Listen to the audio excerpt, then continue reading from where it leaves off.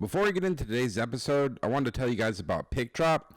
PicDrop is an image transfer tool I've been using personally for over 5 years now. It's how I send all my photos to my clients and where I have online galleries where I can store my work. It's really this kind of intuitive platform that was actually designed by photographers for photographers so they understand what photographers need when they're delivering their photos to clients.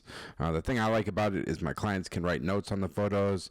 They even have this cool scribble tool, so if you're working with a retoucher, they can you can make notes on the photos and really just communicate easier, and just really easy, intuitive platform. It's not like some of the more outdated platforms like WeTransfer or Dropbox. With PicDrop, they actually understand what photographers need, so that's kind of what the best thing about it is. And with today's episode, if you enter the promo code BANTER, you'll get 2 months free at picdrop.com. So definitely go give it a try and let me know what you guys think. Welcome back to the Photo Banter podcast. I'm your host, Alex Gagne, and on today's podcast, I welcome on photographer Christopher Stricklen. Christopher Stricklen is a photographer based in the Bay Area. He has worked with clients such as Timberland, Men's Health Magazine, and Runner's World, to name a few. In this interview, I speak to Christopher about his love of cycling and photographing the cycling community, as well as some recent assignments for Men's Health Magazine, and also is how he approaches getting his name out there and finding assignment work and building a career in photography. I've been friends with Christopher on Instagram for years and really just appreciate his passion for photography and cycling and everything he puts out there. So I was excited to get him on the podcast. So I hope you guys enjoy, and thanks so much for listening. All right, now welcome on Christopher Stricklen. Excited to have you, man. Like I said before I hit record, we've been Instagram friends for a while now, and I really appreciate not just your photography, but just like uh, this everything. Like I read on Instagram, you really just kind of put it out there, man. And Yeah. have you always just been open to like talking about like, because you'll talk about your work, but you're very open about like what's going on in your life and stuff, man. Have you always just been kind of open like that? I think one, thank you. I appreciate you even noticing. Um, yeah, thank you for all your kind words. But yeah, I think that's always, I think, been my point of difference a little bit is I'm a very curious person. I love asking questions, but I also like, and probably to a fault, sometimes like I self-critique like pretty like heavily, but I do it in a way because I don't, it's I also suffer from being like highly motivated, you know what I mean? So sometimes like a stronger objective critique on myself is what I use to kind of move the dial a little bit. But like yeah, I talk about anything and everything on my social media account, and I think when it comes to like, relationships like this where you get to meet people via the internet, it's a cool way to connect. Because I love photography, and it's very special to me. But like you and I don't necessarily talk about photography too much, because I don't Dude, necessarily, that's actually, not what I'm looking to connect yeah, I was actually about. thinking about that before we started this. We rarely, I don't even think we really talked about photography. It's more about like the state of the world or like whatever crazy shit's going on. Yeah, exactly. And that's the thing is like that's I guess why that's what's very important to me about having whatever type of dialogue, whether it be super jovial or very serious on social media, is even if you love photography, I want to be able to connect with you in a real way because that's how I make my work. Even these photos behind me are kind of based on that similar philosophy. And so yeah, that's why I kind of have the dialogue that I do on social media. Have you always been like, because even like when I read your posts, like it seemed like you're like a writer. Like, is like writing something that you kind of do, or is that this kind of stuff you put on social, or like, I have a interesting interesting backstory relationship with writing. I am not anybody who has like any sort of like success specifically in one field or another. Sports a little bit, but it's still nothing crazy. And writing was one of those things that I really was not good at. Like high school, like I didn't do well in English classes, and but I still wanted to play sports. So when it got time to go just to try and attempt to further my education, I went to the junior college in my town, and I was in like the remedial like writing class. But I loved telling stories. Like I always wanted to tell stories, but I could never grammatically get it correct. I could never like punctuation wise get it correct, and so I just would struggle to tell stories. Well, I had this English teacher, and I can't remember his name, but his last name is Smith, but it was like a John Smith, but maybe it was like an Aaron Smith or something like that. But he had the most basic name. But he was phenomenal. And he would read my horrible writing, and he'd be like, dude, he's like, the content is there. He's like, but he would give me these things on how to add punctuation or making sure that I'm not changing the perspective. Like if like we very naturally will say I in a sentence and then like transition to you in the same sentence. And like he would give me like little notes like that. Like he's like, make sure your point of view is the same throughout your work. And little things like that made enough sense. And I got an A in that class. And then I went on to English 1, which he also taught, and got an A in that class. And I took a creative writing class after that. And I actually don't remember how I did in the creative writing class. I remember being challenged in that one because you had to do a decent amount of reading, and I still wasn't the world's best reader. But but still, like I enjoyed the creative writing class, and it gave me a certain perspective and skill, I guess. So yes, like, and I've written, we might talk about this later, but I've written in Bicycling Magazine, and for like I've done a ton of like writing jobs that I'm really passionate about, and I've been able to yeah, utilize my voice in that way. So yeah, writing is something that's pretty near and dear to me. No, I appreciate it because with social media, there's like a lot of bullshit out there. But like anytime you post something up, and I think the reason like your work resonates with me, not just photography, but then like when you write your stories and stuff to go along with the photos, it comes from like a sincere place, and Yeah. and I think that's like the hardest thing to do. Not only because like you got to put yourself out there, but then also, and you probably know this, like when you turn photography into like whatever quote unquote career and you're trying to make money off it, it can be Mhm. easy to be like, oh, I need to like present myself this way or whatever. Yeah. Do you ever fall in those traps, or do you kind of just like put out there what inspires you, I guess?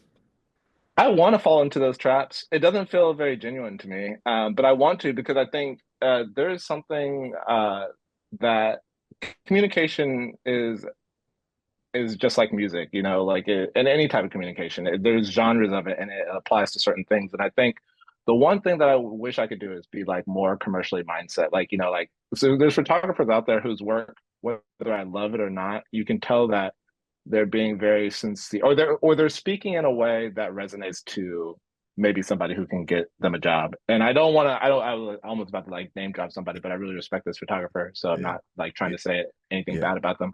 But they're a super popular photographer that I think you've had on your show before and stuff. And that person, I feel like they have a very genuine perspective. But they also can post work that like if I think if I was a brand that I would see it and be like, even if I read the caption, I'd be like, oh yeah, like I want to work with this person because they're rad. And I don't necessarily use that to my advantage when I speak. I'm really just speaking for myself. And if I hope that I don't turn people off, that's never the case. No matter, we just had an election and I went off on the election and stuff. I'm not trying to turn off anybody. I'm just truly giving my honest opinion. I am very like just anybody else. I can have an opinion that I stand behind, but it could be wrong or it could be a little inaccurate, right? But I'm still standing behind it. And so that could rub people the wrong way, but I give other people that same respect. So I'm never really trying to just like say like whatever online, like, oh, I'm not getting enough jobs, like fuck all these brands. Like that's like sometimes you see that with like Oh, with photographers and oh stuff. yeah, a So lot. And yeah, that's yeah. I don't know how that's gonna help you. I mean, Right. Yeah. like, like I mean, I know the sentiment. Like, I understand. Like, Hmm. it's frustrating, especially when you're first starting off. But like, I Yeah. mean, I think you have to realize everyone's going through it pretty much. Yeah. Yeah. Yeah. So yeah, I just try to keep, I think the main thing that I try to do with any of my dialogue, any way I write or communicate anything is I'm leaving it open-ended and trying to invite somebody into whatever type of air quotes conversation that Yeah. I'm having, or dialogue. Do you enjoy like the conversation? Because I'm sure you probably get a lot of people like responding to those posts and stuff like that, or is it more just to put your feelings out there just to get it off your chest, or Yeah, it's nice. I try to acknowledge that I'm a human who needs like the same amount of attention as anybody else. You know what I mean? Especially when you're communicating via social media, right? Like that's what you're doing. You're putting something out there, and I don't have a small following. I don't have a huge following, but people see my stuff. Mhm. And so yeah, if I put something out there, it's nice when somebody chimes in like you or anybody, but sometimes it's funny when like, you'll post something and it'll be like, oh my God, like rad photo or fire emoji. And you're like, motherfucker, I just poured my heart out. Hit you with the thumb, Like, hit you with the thumbs up. yeah, the low vibrational stuff. But I appreciate it too, because like I also do the same thing. Like we're all human, so it's just funny. No, I Um, appreciate it. I was excited to talk to you. You had a recent assignment for, I think it was Men's Health magazine, where you photographed the founder of Rivian yeah, cars. If I can move my thing here. Uh, let's see. Yeah, here we go. I think you shot this a couple months ago. How'd this project come about? Was this your first time working for Men's Health magazine? Like, how do you kind of approach this assignment? yeah, man. So I gotta say, as somebody who's been a freelance photographer full time at least for 4 years, it's always been a grind, and I think anybody who listens to your podcast who's a freelance photographer understands that. But I have been very fortunate. I think the one skill that I do have that's like commercially mindset is that I do build purposeful relationships and very intentfully. So I've worked for Hearst, who owns Men's Health. I've worked for Hearst a bunch of times on the bicycling side, and I have some really good relationships there. And um, one day, as a matter of fact, I was on my way to, I think, Chicago Marathon, I think. And no, it couldn't have been that. But St. Louis was where I was on my way to. I get a call from Men's Health just saying, and it was actually based on a DM that I had missed. Hey, Christopher, would like to chat. We have a shoot coming up.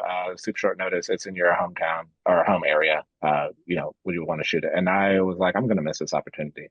But I was like, it must have been somebody on the bicycling magazine side who referred me. So anyway, we have this chat and everything went smooth. And I forgot what the editor said. I spoke with the editor over at Men's Health, and I forgot what he said, but it really made it clear that he had no clue who I was, like as like a photographer, even though I'd worked for Hearst a bunch of times. Because I'm assuming that this referral came via somebody I knew at Hearst. I was like, he must have just found my work, which is rad. And so, he told me that it was going to be RJ Scaringe of Rivian and that it was going to be in Palo Alto, and that Men's Health had never worked with anybody on the name of the like article is called 6 a.m. with. So they did like Ludacris before, they've done some other tech CEOs before, but basically it's a article that just shows how these high profile people kind of get their workout in and they're busy, on the go life. And so we did the shoot, and it was great. It was fine. I can get into more details of that, but just to answer the question of how it came together, I finished the shoot, and I think within a week, I get a message from an old friend of mine just randomly asking like, "Hey, how'd that shoot go?" And I was like, "Huh?" I was like, I haven't talked to you in months. Like, how would you know?" And then the light bulb went off. My friend Amy, who had been at Runner's World for a while, she had referred me to Men's Health because she knew that I wanted to branch out and do other types of things, even though this is still cycling related. It's a different segment, and she had referred me, and so that was like one of those things where it's like, as a freelancer, you can't ever underestimate the power of the relationships that you make, especially with somebody like Amy, who, we talk very rarely, but it's always quality. You know what I mean? It's like, and it doesn't even have to necessarily be work. It's just, I am happy to be talking to you as a person, and she's pulled some strings behind the scenes for me a few times that I'm aware of, and it's been like really rad. So that's how that shoot came together. Sorry if I'm long-winded. We're gonna like finish the podcast and get a No, this little is great, story. man. We get all the details. I love it, Yeah. dude. But yeah, the shoot though was wonderful. It's I have been around high profile people via previous jobs before and interacted with them at a previous job. The creator of Instagram was a client of ours. Uh, so I I'm not intimidated by being around people of that ilk. But RJ was cool. Like he was one of those people where, I didn't want to say Tesla in front of him, but of course, like I just did. And he's like a really like a car dude. he was like there was like a couple of Porsches that we shot in an area of like Woodside, Palo Alto. Um, it's called Skyline Highway, Highway 35, and that's like where all the rich, CEOs, venture capitalists take their, Lamborghinis, Porsches out. So there was a bunch of cars that were starting to cruise the highway as we were getting set up, and he was like calling out different cars and like, just like saying like the really niche, nuanced, intricate thing about this specific model. And just a really down to earth guy. We're like the same age. I'm 39. He has a kid in a previous relationship. So we were like talking about stuff like that. And he was like really like giving me like details, and sometimes you'll be around CEOs like that where they might answer your question, but it's like not in an open-ended way that continues the conversation, Hmm. And he was dope. He was a super rad dude to be around. He loves riding bikes. He was cool. He gonna hook you up with a Rivian now? I wish, like I'm always open for anybody to hook me up with any car, especially one that doesn't drive gas. I have an old Mercedes that's a V8, so that thing is, Nice.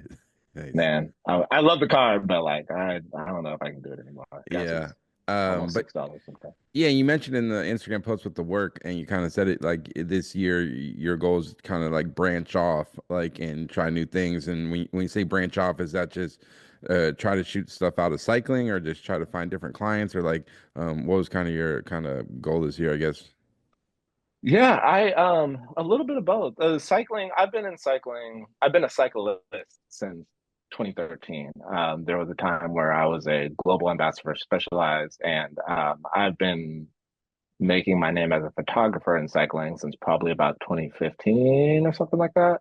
So in terms of brands that I've worked with, I definitely haven't worked with them all, but I've worked with all the ones that I want to. I think, of course, there's a handful out there that I haven't that are like the big guys that do really cool stories, um, but for the most part, I'm looking to branch out into different sports, and just make new relationships. I love photography, man. Like I went through my elitist phase like early on. It was just like, oh, like only photographers or only real photographers shoot street photography. Like that's like the real stuff. You know what I mean? Like I was definitely that guy back in the day. But I just really actually through street photography, but I really learned I just fell in love with it. You know what I mean? Like I love all photography. If you're making work, I love it. You know what I mean? And I don't even care how good it is. There's work that I think is like wonderful and there's work that I think is like not necessarily that wonderful, but I'm really into people who love photography. So for me, I just want to get out there and shoot, more soccer and more running and more, cars, like the Rivian thing's like an interesting segment with cycling and cars. So it'd be cool to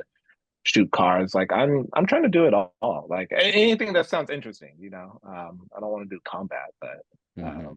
like I would, but yeah. And in terms of like branching out, like how do you do that? Like, is it like trying to reach out to people, or is it just trying to shoot different work, or like how do you kind of, I guess, it kind of challenge yourself to branch out, like you said? I mean, I feel like this is like a whole like podcast that you like charge a premium for. I wish I had the answer to that. Like I'm always just like using my connections. I did this thing with Dateline that had nothing to do with photography. I did this thing with Dateline, and so I have a connect at NBC. And so every now and then, like I'm always like networking with that person and seeing like what opportunities that I should be thinking about is, and if a person is nice enough, they might say like, oh hey, here's the email to such and such editor or whatever. And that's really what I've been doing. I have some cool relationships at Red Bull as well because I've done work with Red Bull a few times. So that was how I was able to shoot soccer out in New York earlier this year. I guess it was like I think it was in the early summer. Excuse me. But yeah, I mean, I'm always like just trying to think outside the box. And like I said, photography is at least for me in this very stage, is really challenging. Not in the sense of making work. I don't think that I'm the world's best photographer, but I think I can. I have a certain command over my tool to where I can create the next thing that I want to create. But in terms of the business side of it, it's always a grind. I mean, if you don't know somebody who knows somebody, getting a new job is kind of is challenging. It's one of those things where, like I said, I love photography so much and I love my freelance lifestyle so much that I'm driven to do it. but you just got to get creative because sometimes you'll meet somebody in person that says like, oh, hey, I'm marketing director at such and such, and it doesn't even go off in your mind that, oh, I should tell them that I'm a photographer. Like that's a good way to start branching out. Or if you a good one for me since I'm a cyclist and I've used this before is like, you know, head units or bike computers. Those same people make products for runners and things like that. So it's like if you got to keep your head on a swivel, and a lot of this stuff is relatively obvious, but I think for me, and I try to mentor some photographers as well. Sometimes it's just really hard to think outside the box because you get so narrow-minded and like, what's the next bike job that I'm going to get, or like, what's the next job that's very similar to this job I just did? Like, how am I going to find that? And it's like, well, you got to think wider than that. I think it's a, I don't know. How do you do it? Because I feel like you've been shooting a long time. You shoot baseball and all sorts of stuff. Yeah, definitely. Like I think I early on I've talked about a lot is I live in Boston. So in Boston there's like a lot of Mm, shoe companies. There's like New Balance, Converse, yeah. LL Bean, all these companies. And I think I was like so narrow-minded. I was like, I'm gonna make this like sports work and I'm gonna make this stuff and then those are the clients I'm gonna shoot for because all the guys I look up to, they're shooting for them too. But then you slowly Mm, realize you're like, oh, like you're really the world's a lot bigger than you realize. And if you're so narrow-minded into this thing, you're shutting out like a lot of different opportunities that could come your way. mm, So I think that's the thing that I learned along the way is like make work, put it out there, and then also realizing that uh you're not annoying. Like I think early on, if there's like this thing of like telling people about your work or like trying to mm. pitch your work or whatever, it's like, oh, I'm being annoying or that's like cringe or like, well, you're being like salesy. It's like, no, there's a balance. Like, yeah, don't be annoying, like weirdo or whatever, but like you Yeah. you have to advocate for yourself and me and my friend Stefan talked about this all the time. You kind of have to be loud in a certain sense. Yeah. Like and, Yeah. Yeah. and Yeah. For sure. in not an annoying way. Like I would say, like you're very good at it, and I like I mentioned before, following your work because it's like you're you like telling stories, be it cycling or whatever. But in reality, you're telling your own story along the way, like be it your Yeah. photography, your Yeah. Yeah. Fair journey, enough. Yeah. and that's way like I wouldn't say you're selling yourself, but like I'm invested. I want to see like where your work grows and how you're doing it, and I think Yeah. any client who is invested in your work and sees it grow, if you put yourself out there, it kind of helps. No. I have to ask you another question. I remember I think it was when you were talking with Joe Pugliese the last time that I listened to that podcast. And if I'm correct, you guys were talking about like because you guys came in like that magazine newspaper era, is that right? Like those things were still kind of Well, he did. strong publication. Yeah, Oh, Joe okay, okay. Joe came up as a newspaper photographer in the Bay Area, I think. Yeah, Yeah, I yeah. forget what newspaper. Yeah.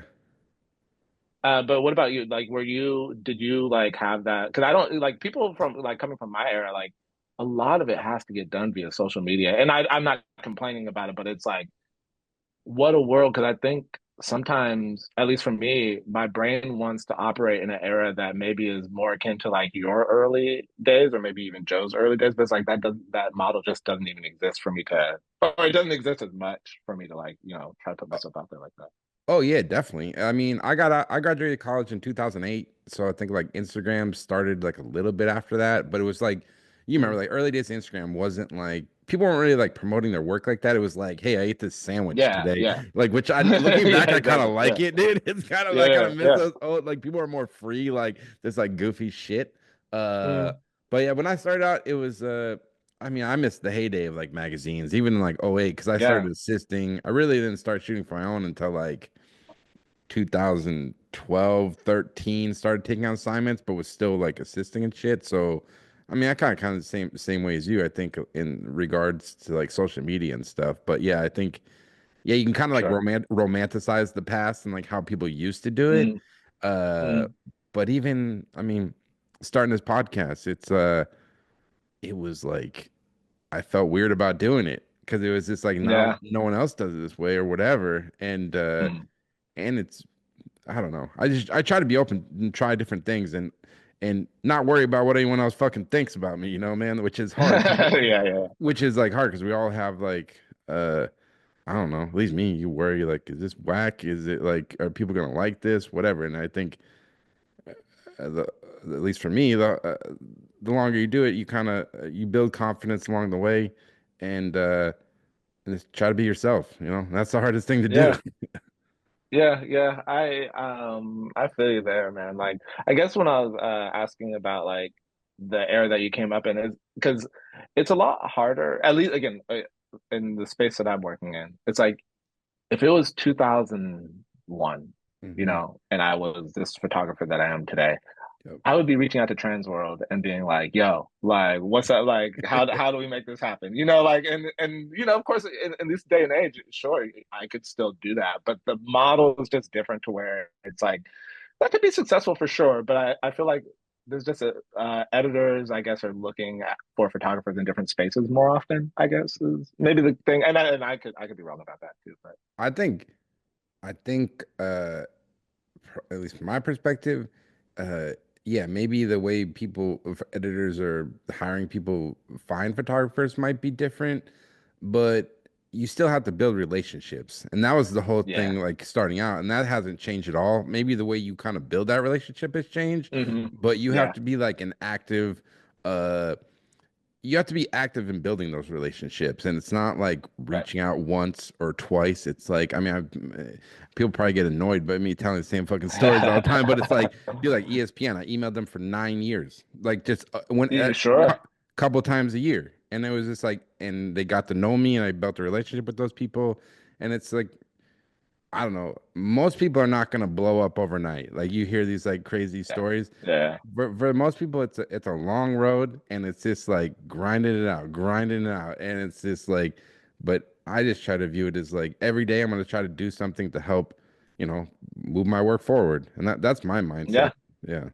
No, but I think people don't even realize that with photographers these days, especially because social media, you can get popping fast, and that's like not to be ignored. Like, I mean, I don't have the strongest opinion on like what it means for somebody to like wake up one day, open their phone, have 124,000 followers, and like within a month or two, and then actually get really good jobs. Like, I'm proud of you. I don't. I You can see the holes in that like growth path or growth trajectory, but if you get to where you're going overnight, cool. Again, to your point, that's not what reality usually is, but also what people who maybe aren't necessarily thinking it's going to happen overnight for them. Like they're not convinced in that model. They still aren't aware that like 9 years though. You know what I mean? And I don't even realize that sometimes because I kind of realized it when I told you when I started shooting. It's like, oh, I've actually been doing this for 9 years. I haven't been emailing anybody for 9 years, but I've actually been doing this for 9 years. And like, I just feel like I'm like getting good track. You know what I mean? Like where like I Yeah. feel like I'm like moving in a certain way. Yeah, and the jobs you're doing, like for instance, like some of the shoots I'm doing now, like if I would have like, I don't know, got them 10 years ago, I just wasn't ready for them yet.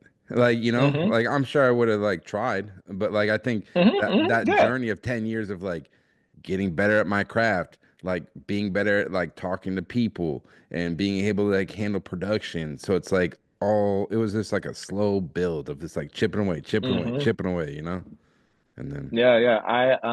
Like I said, I mentor a couple of photographers, and most of the photographers I mentor are like super new. So they're like really not charging much. They don't necessarily know the space on like the like business side very much. And I'm not a business expert. I'm not here to give any type of advice like that. But um, one thing I would always tell them about raising their rates is like I'm like because these people be charging nothing. So I'm like, look, like you shouldn't be charging what you're charging. However, if you decide to charge you what I tell you I charge that isn't necessarily the move that you need to make because to your point, it's like I had to like fail and learn and learn and like have some mistakes happen and realize that if I do want to charge more, like my service and my communication needs to elevate, and I need to just have like a little bit more awareness of the business space.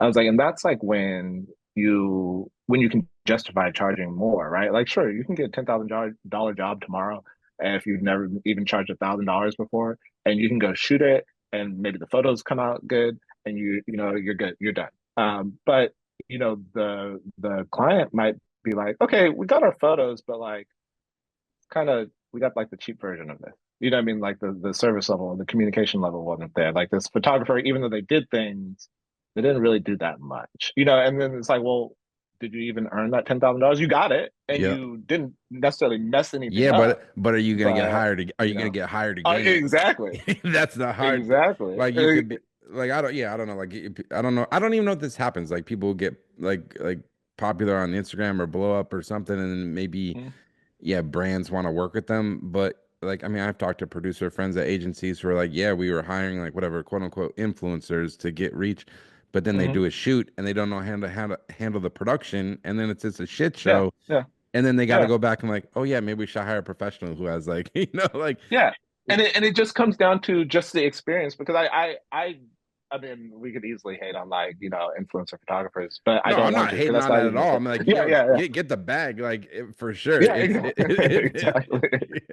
Yeah, get the best, but also just realize like the value that comes with that because sometimes people think that that you can have a certain type of financial draw with because of your job, just because of like your following or just because of the clout that might come with your name, even if you're not on social media like that. But no, like a lot of the people who I know who are really good photographers, they get paid that and they do their fucking job. You know what I mean? Like they yeah, do. They I couldn't even justify myself charging what they charge because their experience level. Like I'm like I don't even know if I know all these details. You know what I mean? Like I don't even know if I whatever. Like I can't just pull something out of my ass right now. But like, a lot of people out there earn the money that they make, and it takes a long time to build up to that, and like a lot of experience, and yeah. There's no like real shortcut, and it's like I think yeah. if you really want to do this as a career, like a long term thing, Mm-hmm. it's like learn the craft, learn the Mm-hmm. business, and like we're Yeah. saying, like build the relationships, and like slowly over time you'll get more opportunities. I'm sure you've seen it Mm-hmm. yourself. Like even the short period I've known you over the last year or two, it's like I've seen your work grow a lot over the last 2 years, and I it's like appreciate that, man. Yeah. yeah, and I would imagine you probably feel like you're getting slowly but surely, like you're getting sharper, you're getting a better Mm-hmm. read on the business. Like even now, like when the email comes in for a client or whatever, you can kind of understand what this client is, like what they're Yeah. about, like Yeah. Yeah. what how much money they probably got, and you kind of and that's just from experience and time, and there's no way to fast forward through that. Yeah. I'm writing a pitch for a creative idea to a brand that I've worked with before. And I've pitched ideas that I wouldn't say that like I'm a rookie in that space at all, but I've never pitched an idea of my own where I had to write the quote for video. And so this one, I just want to like take this whole idea, from start to finish as like part of like the whole goal. And I partnered with a friend that I want to bring onto the project, and I used an old template from a quote that a videographer shot or gave to me for a campaign that I shot earlier in the year. And I was just going through it and like just replicating certain things that need to be on the quote. And as nerdy as it sounds, I hope I don't come off too corny on this podcast, but I was like so into it. Like, you know what I mean? I was like, this is what it means to be a photographer because at the end of the day, again, like I'm not the world's best photographer. However, once I'm on set, you don't need to tell me what to do. You know what Yeah, I mean? Like I yeah, know how to work a camera, I know how to make a photograph. Like I do. Like you can hmm pretty much put any type of image in front of me and I can replicate it for the most part. So so really it's like the knowing what pieces you need to make the production function is actually becoming interesting. or just knowing what you can ask for. Yeah, like exactly. That's because it. there's like a Yeah. lot of time. I mean, I've learned a lot of stuff just from photographers I assisted, and it was the same thing. Because it's like if you don't Hmm. if you don't have access to like what is available or like how it operates, because that's like the double-edged sword. If you don't know, like if you're putting a bid together and you don't ask for the right things, it's like a red flag to a producer who's like, "Well, this dude doesn't. Right. He's not charging for like Yeah, digital. He's exactly. not charging for Yeah. processing." It's kind of like they're like, Hmm. "Oh, is this guy gonna know how to handle this shit?" But with that to be Yeah, said, it's just like reach out to people you know. Like you'd be exactly. surprised that like people would like help you out, and some people might not, but like it's just even now I'm still trying to piece it together. Like how much do I charge for this? My friend uh called me the other day. He's like, "What should I charge? What do I do?" And it's like everyone's Mm. piece. No one knows what the fuck they're doing, dude. Yeah, yeah, yeah, yeah, yeah, for sure. And like everybody has their own way, but I think that's like the again, it gets like into like some serious minutia, but like this is the part where you make it like for yourself, like you're kind of creating a service at this point. It's not just the photos when you're thinking, at least when you're working with a team. Hmm. But even you don't have to be working with a team for it to be more than just a photo. Um, but yeah, it's like where things get like, I don't know, you control the entire environment, and that's what you want as a photographer or a videographer, whatever. Like if you know that you have like going into a shoot that you have X amount of people on your team and you are shooting at this time for sure, and you have like these assistants, and you know that going into the shoot is such a breeze because I mean, in cycling, it's so run and gun that I mean, I am never shooting with the assistant. Like obviously on like campaign stuff, there'll be more of a team there, but like in the work that you see from me, I mean, it is usually just me, or like I might have like um who was it? It was like the Marcoms lady for the Rivian shoot. She held my strobe for me. Like it was like, like it was like one of those things where like I rarely get to have like a bunch of people with me. Every now and then I do, and it's wonderful when I do. But yeah, going up to a shoot where it's just like, okay, here we are, let's do it. Like you got to be able to shoot. Yeah. It's like building blocks. I saw a post on your Instagram. I think it might have been a couple years ago, but you mentioned like maybe you didn't like production stuff as much. Like you kind of you wrote like I just like being a photographer and focus Hmm. on that. Like Yeah. do you still feel that way? Do you prefer to work by yourself or like do you feel like you've kind of grown into being able to like work as a team and enjoy that aspect too a little bit? I think I would like to do it for the experience more. Like I'm always like I can text Joe Pugliese and ask him questions. He's actually been like really lovely with that. I think I kind of like leaned into it after hearing your podcast. So it's like, oh, Joe like opens himself up for questions sometimes. Hmm. And here's his phone number. No, that's fine.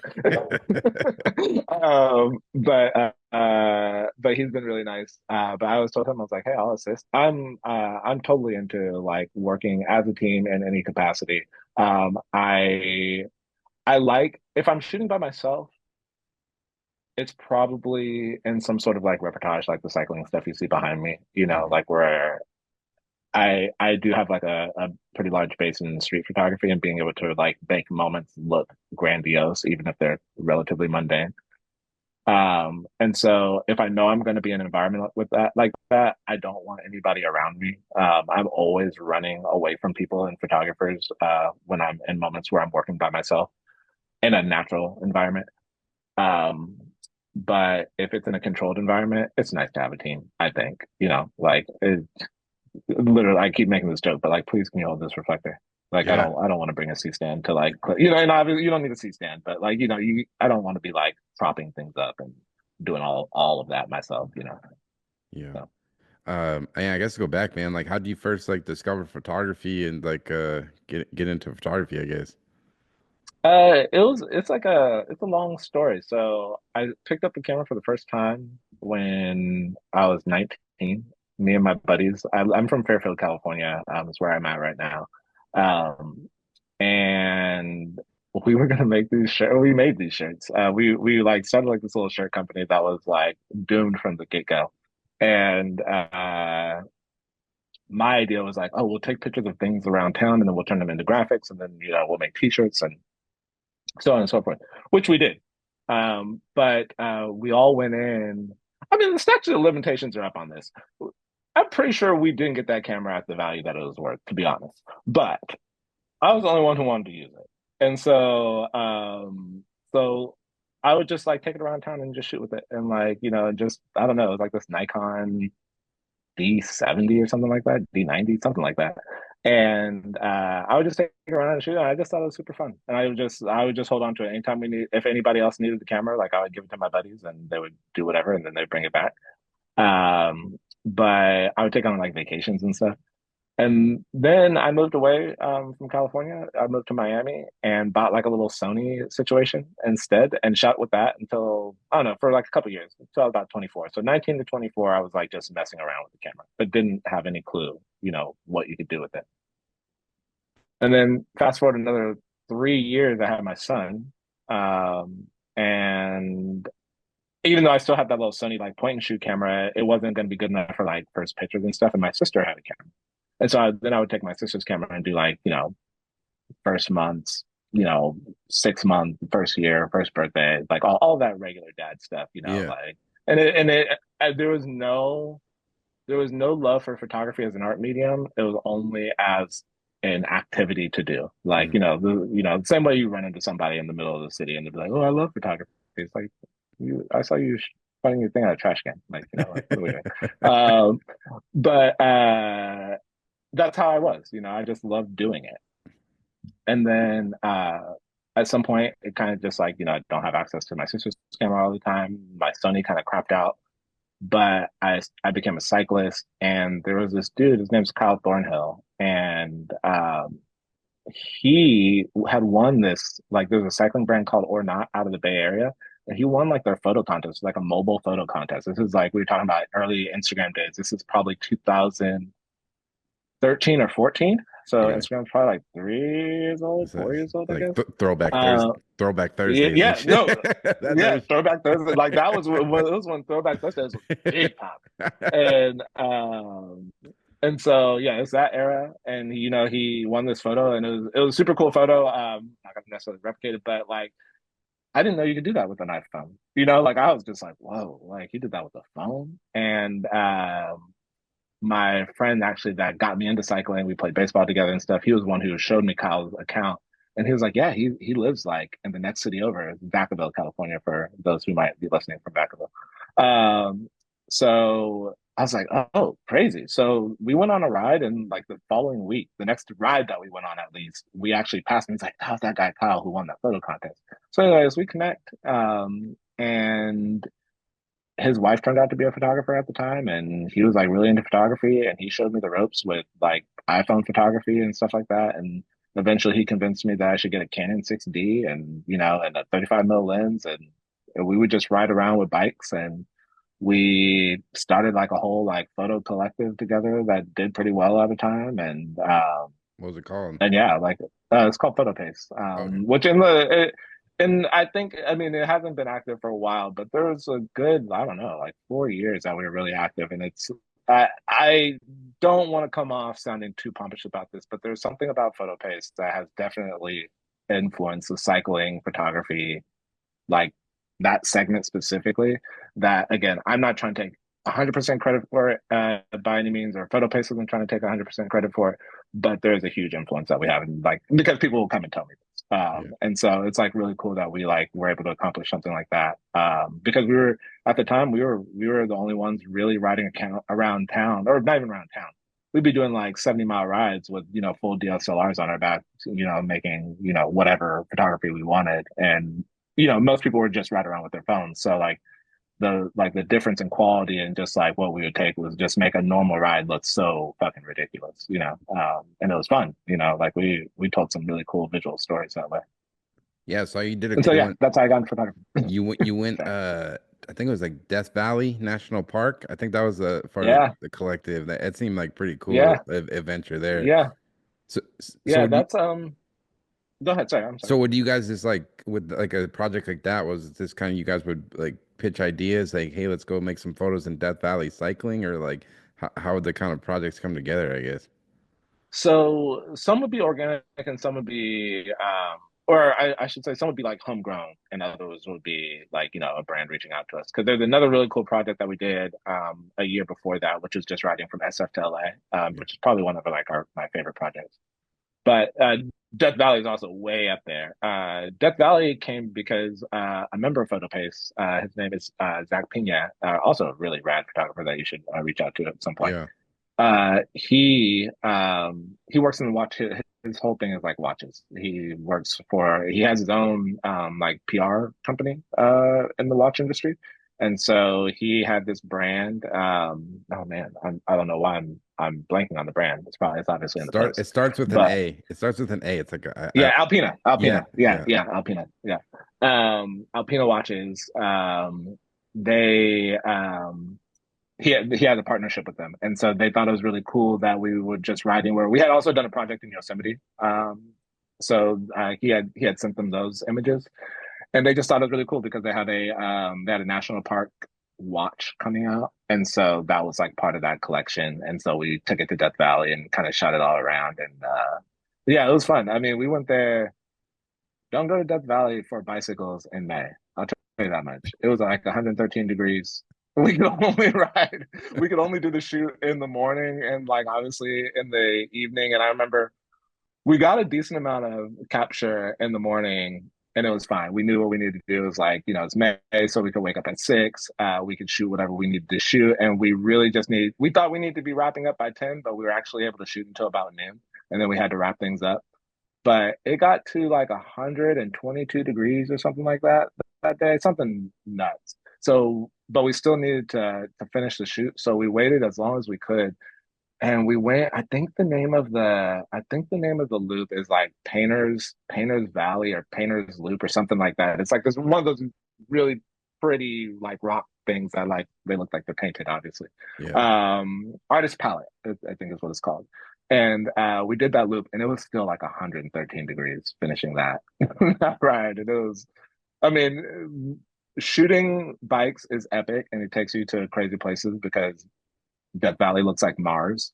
And so it was an incredible experience. But yeah, don't go to Death Valley after February if you Yeah, want to yeah. survive. Go in January. Yeah. No, I really I appreciate the photos and it just looked like a fun adventure.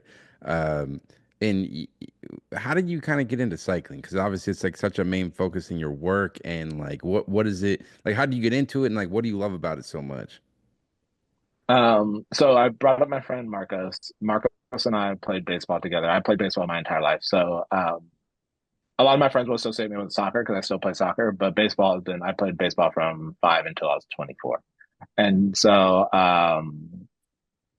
we, Marcos and I were baseball teammates. He moved away to St. Louis. I moved away to Miami, like I mentioned. We both ended up moving back to Fairfield around the same time. And in that time, he had picked up bikes. And honestly, we were just meeting up. It was like a big homie meetup. We were meeting up at like some sports bar with like a bunch of homies from high school. And he was really just telling me about it. But in the conversation, he was like, you know what? I think you would really enjoy it. And coincidentally, I kind of had a little bit of an interest in cycling before. I just never really like, made the jump. And so, I'm a very team oriented person in that sense. And I was like, if my old teammate's gonna say I'm gonna like it, I'm gonna try it out. And he was right. And it was like, looking back on like that decision literally changed my life in like so many ways. Cause I could have still picked up photography, but who knows how I would have gotten into it per se, like as a profession. Hmm. Um, and had I not picked up cycling just whatsoever, like who would have known, like, the people I would meet and like my perspective. I had a very like beforehand, I had like such a very kid who only went to junior college, perspective, from the suburbs, like that type of perspective. There's nothing really going on for me that was going to be very special, And I'm not saying that to like, again, like I'm not giving myself a super hard critique, but realizing how much I've grown since becoming a cyclist, just like in total perspective was, I mean, astronomical. Um, but yeah, so I rode for a while. I raced for several years. That was really fun. That's how a lot of these like relationships have happened with cycling. It's because of the time that I raced and the time that I was the global ambassador for Specialized. And yeah, and photography was growing at the same time, so it just opened up more. Ironically, it opened up more cycling opportunities. Like when you're an athlete and you do something else proficiently, people associate that other skill to your athletic ability. So they're like, oh, you must be really fast. And yeah, there was a time where I was really strong, but most of the time I ride very casually. But people be like, oh, I love your photos. Do you want to go ride 150 miles with us? I'm like, nah, exactly, but sure. You know, um, so it opened up all sorts of cool things. Like again, like riding from San Francisco to Los Angeles is, I mean, perspective, like mind blowing, perspective changing, everything. How many Like how many miles is that? 500. Holy shit. So And how many days does that take? we did it in 4. Fuck. So yeah, so it was 100. It more or less breaks down to obviously 125 miles a day, but the leg from Santa Barbara to Los Angeles is only 100 miles. So the first 3 days are more like 135, like it's like 125, 135, 135 or something like that. Yeah. Um, And so, yeah, you break down. Big ride. It hurts. We regretted our every decision we made after day 2. Like day 1 was wonderful. You're riding these vibes. day two, by the time we got to Morro Bay, which was the second stop, we were like, maybe we should stop. Maybe we should quit. This is too much. And then, but obviously we soldiered on. And then, yeah, for whatever reason, um, Santa Barbara wasn't necessarily that much better of a day, but it was something about getting into Santa Barbara that somehow somebody just changed our entire attitude. And then we knew that we had a flat day on the last day, so it was fine. And riding your bike into LA, like I'm telling you, that is riding your bike from San Francisco to LA is huge, obviously, and it's epic. But riding from Santa Barbara, oh my God, I'm so sorry. All right. But riding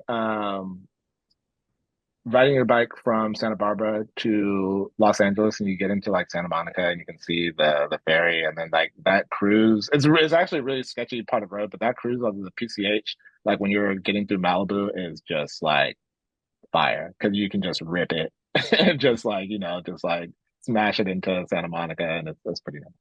And you know, like looking at your photos, it kind of like I never cycled, but I skateboarded like my whole life, and Hmm. I can see like some similarities. Just like I think Hmm. in like just it's like a solo endeavor, but then there's like a strong community of people that come together and do it sometimes. Um, Yeah. do you do you enjoy riding by yourself or with a group? Is it like a different experience when you go out solo versus with like a group of people? Yeah, for me it is, and it's funny that you said that because I skateboarding. I feel like I was a decent skateboarder at a time, but I didn't skateboard for a super long time in my life, probably from like 14 to 22. But like Atiba, like he is like I think he's everybody's role model or whatever, legend, icon, whatever. And so I don't know what I shoot like Atiba, but I definitely take this like whole skateboard philosophy into photography because that's what made me fall in love with photography is like skateboarding photography. And now But and now he's a specialized guy. He's like Mr. yeah, exactly. And now he's a specialized guy. But in terms of like what I like riding, I have to ride with people. Like I can ride by myself, but it takes a lot. Especially just this new relationship I have with it. I'm very, very competitive. And so when I was training, I could ride by myself all the time. There's no problem. But I never wanted to compete like that in terms of bikes. It just the idea of trying so hard but not going pro or not having an avenue to go pro just never really made sense to me. And it's really not healthy for me to put myself in a position where I'm like trying very hard for no reason, if that makes any sense. Yeah. So it's not that I can't compete, but it's just not mentally good for me. And so now, like my whole thing about being on the bike is like I just want to be around people. Like I just want to be around, like I want to be enjoying this like the entire time. I don't. It's always nice. It's always better to be fit on the bike because you can just go farther, do cooler rides, all of that. But um, but yeah, I just want to have fun with my friends, to be honest. Like I'm still a kid at heart. That's rad. And like so I'm so interested. I know this isn't photography related, but like cycling is It doesn't have to be. yeah, now I Yeah. know you and like Joe's a diehard cyclist and like I know like a ton of photographers are like into cycling now. It's Yeah, man. what oh, my question is what was I gonna say? I lost my train of thought there for a second. What makes someone like a good cyclist? Like like because I know skateboarding, there's this some people who are like, damn, this motherfucker, he can just do everything. Is it this like is it someone who's like good cyclist? There's this like a savage endurance and this can take pain, or like is there like style within like cycling the way there is within skateboarding, like the way people do tricks, or like how do, like what makes someone like a great cyclist, I guess. Yeah, I mean, I think so. There is like a thing in cycling that people pay attention to the same way they do in skateboarding in terms of like style. But I think in skateboarding, whether you care about style or not, it's a forward facing thing that you are just like, I don't care about style. Like, like I push Mongo and I just skate super gnar and like whatever, Yeah, like yeah, yeah. whatever. It's less of a thing in cycling, but like there's the guy or girl who, always wears their bibs at the exact same length and they always wear white socks with white shoes and they always just like look crispy and their body like their form on the bike is just like super butter. And like, the way they climb out of the saddle is nice. Like there are people who definitely pay attention to those things. I'm obviously one of those people. And so yeah, and I think yeah, there's this certain segment of like, I don't want to like over categorize people, but like cool kids or whatever that are rad though, and like they keep that they keep something about the cycling culture like very like nice and fresh, and Yeah. you want to do it just like you want to do it regardless of the athletic or competitive nature of the sport, but that's not always a thing. I think what makes a good cyclist is yes, they love to endure pain. I think a good skateboarder is just kind of creative, right? Like everybody who's a skateboarder is like operates like a left-handed pitcher, right? Like they're just all like weirdos. Yeah. And I think cyclists, yeah, they love pain. If you know any rowers, they are just like unfairly strong compared to cyclists. So a lot of rowers do ride bikes, and when they ride bikes, they just rip people's legs off. Like, and it's like the strongest person in the world can get their legs ripped off by the strongest rower. And so, those guys who just like love endurance, love power, love like that part of athleticism. Those are the guys who make like really, really good cyclists. And you have to be really disciplined too. Like in terms of like just like you know, a good cyclist. Have you ever had Joel Marowitz on? No. The Okay, old. so he's a cyclist. Yeah, yeah, I didn't yeah. realize that. Yeah, he's a cyclist, and he's talked about this on other podcasts, but yeah, a good cyclist that is like fit and doing it. I mean, they're logging above 12 hours a week, which is a lot, if you try to break that down into like hours that you have in a day, because Yeah.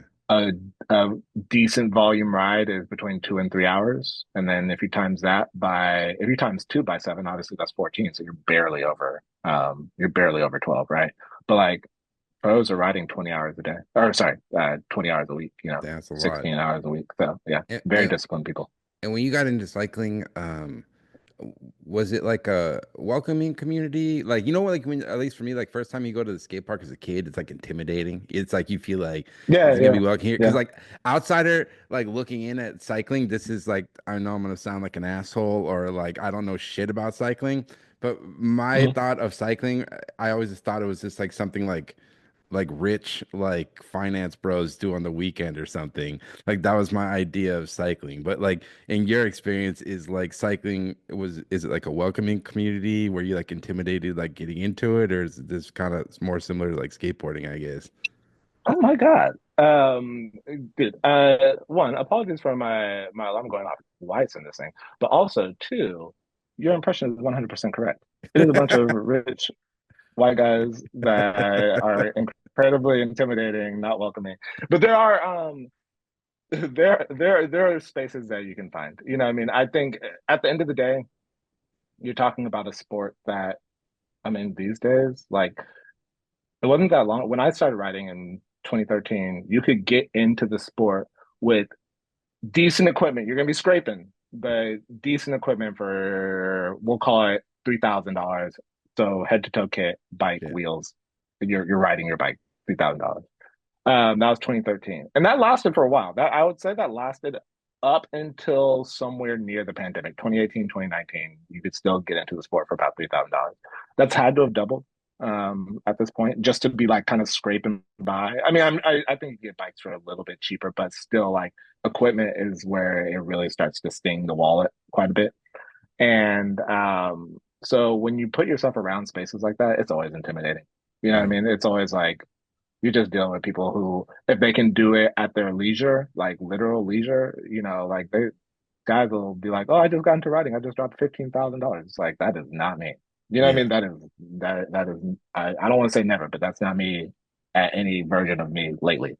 And so yeah, it's intimidating, but they're generally speaking, cyclists are relatively nice. They're just like social skills aren't the greatest. You know what I mean? Like that, honestly. And that's what it really comes down to. It's like really nice people who like you really got to dig for the person that's got like the good social skills. But like to your point though, cyclist photographers are a dime a dozen. You like if you're not a cyclist photographer, why are you doing one of those activities? To do something else. It's like you Yeah. have to be a cyclist and a photographer these days. And I think that's great, like because you can connect with people.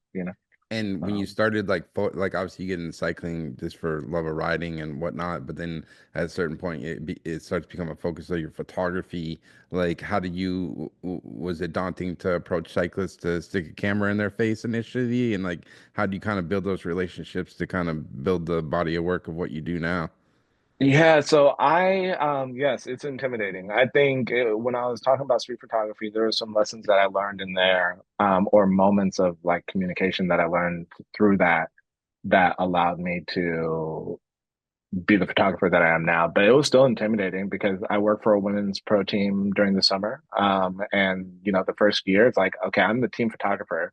I didn't necessarily start that way, but I'm the team photographer now. And so it's like, I don't know you guys. And some of you I've seen on social media for years now. Yeah, These are the best cyclists in the country. yeah, And so I'm like, oh my God, like now I'm pointing a camera in front of your face. Yes, it's intimidating, but when you learn how to manage that barrier or break through that barrier, obviously it becomes a lot easier. Going back to like the early days, the person who I have to attribute like a lot of my credit of like building a body of work is my friend Elizabeth. Me and Elizabeth, we were sponsored by the same. I call her Elizabeth. No one's gonna know who that is. Her name is Libby, but I call her Elizabeth. Um, we we were sponsored by the same apparel brand, and so we would go out on rides. I would just text her and be like, Libby, like, let's just go for a 50-mile ride. I'm gonna bring my camera. I'm gonna shoot you, and we'll just do whatever. And we came up with like this like really organic no parking series where I have like several photos of her in front of like no parking signs. And they're just portraits, and they would be like Libby has a certain swag to her because she's a relatively like nerdy person, but she has a certain swag to her that's actually really hard. And I remember the first one we took, I was just like, damn, like the portrait is cool. And something about this no parking just makes you feel cooler, and so we would just keep doing it. And then we made a couple of the other portraits like that, and I made a portrait of her. There's a famous shipwreck in Inverness, like in Point Reyes area, and we made. I mean, I have a silver gelatin of that portrait. I love it so much. It's yeah, we've made some like really beautiful work together. So yeah, that's how I like got started getting like close and intimate like with people. that's cool. Yeah, you mentioned the team that you work with. It's called LA Sweat. Yeah, How do you kind of start working with them, and like what does that look like? Because you made some really cool work. I'll pull some of it up here. People can look at it on YouTube. But yeah, you did like some cool portraits. I think this was this past summer, yeah, right? Yeah, yeah, but yeah. yeah, but what is LA Sweat? Is it like professional writers, and like what is your kind of role in collaboration with them, I guess? Yeah, so LA Sweat is I don't want I definitely cannot take the credit for the team. Kelly Samuelson is the owner and founder of the team. Um, but this is my like I love the people that you're showing. I could like cry like looking at these photos. But they're a women's professional elite team. And they've been racing since 2013, I think it is. We just had our 10 years. So actually, sorry, 2014, I guess, was the first year, must have been, because we just had our 10th year. And that's Kelly Samuelson right there. And she is just a rock star. She put this team together. She is one of the coolest people on the face of the planet, definitely in the bike space. And she designs all these kits herself. Like she has a graphic designer, like, put it together, but like all the kit is like 100% her vision. And they have always been, I've been their team photographer I just finished my fourth year, so I'm going to be starting my fifth year soon. And they have always been the coolest team in the peloton, like in terms of like looks, like that, like people that have never been associated with the team can like associate the jerseys, which we call kits, can associate a racing year based on like an LA Sweat kit because they stand out that much. You know what I Hmm. mean? They just always have left an impression on the field. So so with this team, like I'm their team photographer. I am with them for their biggest races of the year. It's not in the budget in bikes to be able to have a team photographer every single race, but our key races I'm out. All their photos that they use to market anything are generally from me. Um, And yeah, I have access to them. So you're showing photos at Kelly's house, which is a lot of times where we will stay. That's the team van. Um, and I have the closest, most uninterrupted access to this team 24/7, any time of day. I can pull them aside for whatever I want to, make photographs of them. And like I said, I can cry talking about them because they're like family, you know. Yeah. That's like my sister on the team. She's like, Monica is amazing. But everybody, like, I'm so like I've always wanted to be a team photographer. Like that is like just something that just like I said, I love the team aspect of it in any way. And and so being able to like be that close, with them all the time, it's like cool. Cause you see like this photo here is like Tulsa Tough is one of the hardest races on the calendar. And it takes it out of you. And it's not even the first day that takes it out of you. It's usually the third day, which is called Crybaby Hill. But this photo here is from the first day. Because the first day is hard as shit as well. And, not everybody had a great day, and there's no way. I mean, yes, another photographer can take that photo, but the thing is, the only reason I was able to take this photo is because this happened directly after the race, where any other photographer is probably still going to be at the finish line. Where my job is not to photograph the race, my job is to photograph the team, Hmm. whatever they're doing, so getting moments like that is like super special to me. And I know like I keep pointing at this photo and I keep going on about it, but it's one of my favorite photos I've taken thus I far. like it. You gotta be proud of your work, man. It's good. Yeah. But you can even see it in the small thing. Like you can tell that the water is still moving in that bottle there.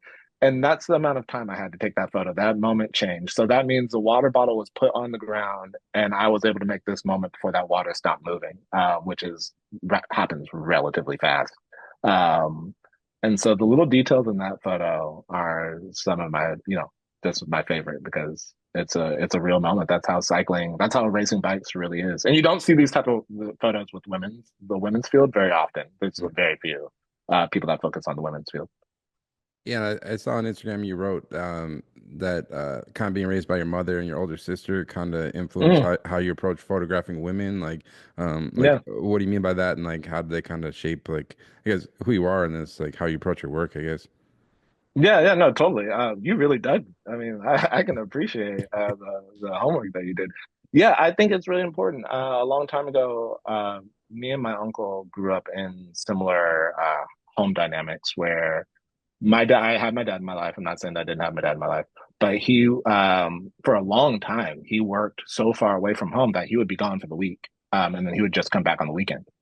And so that put me in a position where it was just me, my mom, and my sister, which is the same for my uncle. It was him. His parents were divorced, but it was him, my grandmother, and my mom. And so, which is also, I'm just realizing one of those people is the same for us, which is kind of interesting. But I remember a long time ago, he made a funny joke that I'm not going to repeat on here because it's not appropriate. But he was like, don't you ever realize because of this? He was like that that women have any influence on you. I was like, oh, that like it's true because I do feel that way. I do agree with the sentiment that you're making. And for my mom is just like one of the hardest women you'll ever meet. You know what I mean? Like she does not, she is a beautiful person, but she's not cute.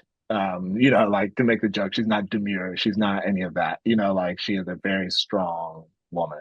And when I talk about this dynamic, I always mention the fact that one time me and my sister were like fighting, like we were like physically fighting. My sister's a year older than me. And I was just at the age because my sister could always beat me up back in the day. And I think even in this moment she could have, but I was also at that age where I'm starting to turn into like a man. I'm like 13, 14, so no longer is she going to be able to just like push me around, which she never did, but she could beat me up if she wanted to. And yeah, she got super scared and like I don't remember ever being like mad, but I was just like, okay, this is my chance to finally like win a fight. You know what I mean? That was all it was. I wasn't trying to hurt my sister. Yeah, yeah, yeah. Uh, but she got a little scared and she called for my mom and my mom came downstairs and she looked at my sister. I'm thinking I'm gonna get my ass whooped. And she comes down, she looks my sister dead in the eye. She's like, don't you ever call me for help like that again. She's like, you better beat your brother's ass. You know what I mean? Like those are the women that I have in my life. You know what I mean? So like that's why I photograph women the way I photograph them. I photograph them like I would photograph them in. You know what I mean? I photograph them as just normal human beings. a lot of times in cycling, at least, it had been pretty dated in the way you would see women photographed. Like they were being pretty and beautiful and whatever. And all people are that. You know what I mean? Like women obviously, get forced into those positions, but like you can be that, but that's not always what the moment is. You know what I mean? Like I don't care how pretty anybody is in that photo or that photo. You know what I mean? That's not the moment. You don't need to look cute. You don't need to look happy. You don't need to look anything. What is the moment? Look, we're shooting that. Hmm. That's the story we're telling. Yeah. So that's how I, excuse me, look at that type of stuff. No, it's incredible.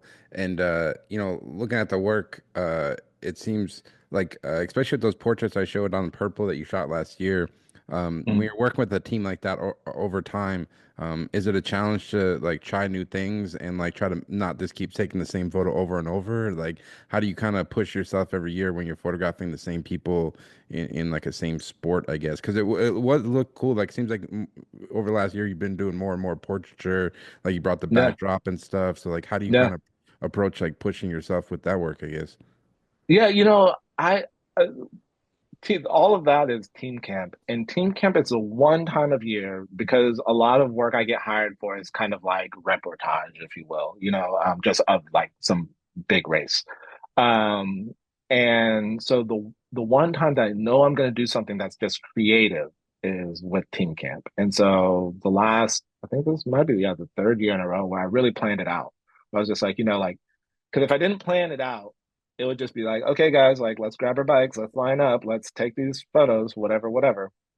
But instead, like I would just conceptualize. Like literally, the season ends for us, and basically around Labor Day, and right around that time, I'm starting to conceptualize the next year's team camp. And so that is my one opportunity to do something like truly creative. Because once the racing happens, yes, I can make some good work. But like we don't know what that's going to be. You know what I mean? We don't know how we're going to make an impact there. So this is like one of those controlled environments. And I never get to work in a studio. Like I remember I used to get so mad when I'd hear people like do seminars on YouTube and they'd be like, the only people who complain about lighting are the people who don't know how to use it. And that used to make me so mad because I'm like, fuck you, you're right. But like, I can still make a good photo. Yeah, Uh, but it's true to a degree, it's true. I don't necessarily co-sign that statement, but I know what they're trying to say. yeah. And so I bought lights a couple of years ago and learned how to use them just at a very basic level. Like again, I can recreate anything. I'm not going to be intimidated by lights. Definitely not at this moment. But but yeah, it's nice to like know that I'm gonna like do something in the studio. And I can't say that other cycling teams don't do things in studios. There was a time where you wouldn't see as much of it, but they're not doing that. Yeah. They're not doing. There it is still kind of like your standard like studio. Like we're not being thematic necessarily about it. And I I try to bring some sort of theme to it. I just like appreciate it because like I can see like some similarities. Like I do that baseball project and stuff, and it can be very Hmm. easy to like, yeah, like I love doing the reportage and like just documenting, but Hmm. sometimes it's cool to like, I don't know if you agree, but like just to push yourself to like, Yeah. like, all right, yeah, it's not fun lugging a bunch of shit, but like let me lug Yeah. it out, set it up and see what we get. And like Yeah. sometimes it's challenge yourself to like, I don't know, just push it. Like pushing yourself could be like trying a new idea or just like don't be lazy and bring all this shit and like set it up one time and see what we can capture here because it's just like a moment in time that you have like why not just fucking go all out. That's how I kind of feel. No, I agree. I'm coming from a very similar place because I always tell people, I've dealt with ruts before, but I don't think I deal with them too often. But I always tell people, if you're dealing with the rut, change your settings. You know what I mean? Like straight up, like just change your settings. That will get you out of a rut. And that goes to adding lights. If you don't use lights, bring lights, like if that will change your work. That will make you think different. That will like you might get a happy accident. Like there's something regardless of what you're doing, if you just switch it up every now and then, something, if you really love it, if you know how to use the tool, like something cool is gonna happen. I'm And not even trying to diminish people by knowing how to use the tool, but just well, use and it. you just get sharper at it. I'm sure the next time Yeah, you do some portraits like that, like the ones they come out great, but I'm sure next time you'd probably maybe approach it differently and then like yeah, try something whatever. It's just like a yeah. keep building.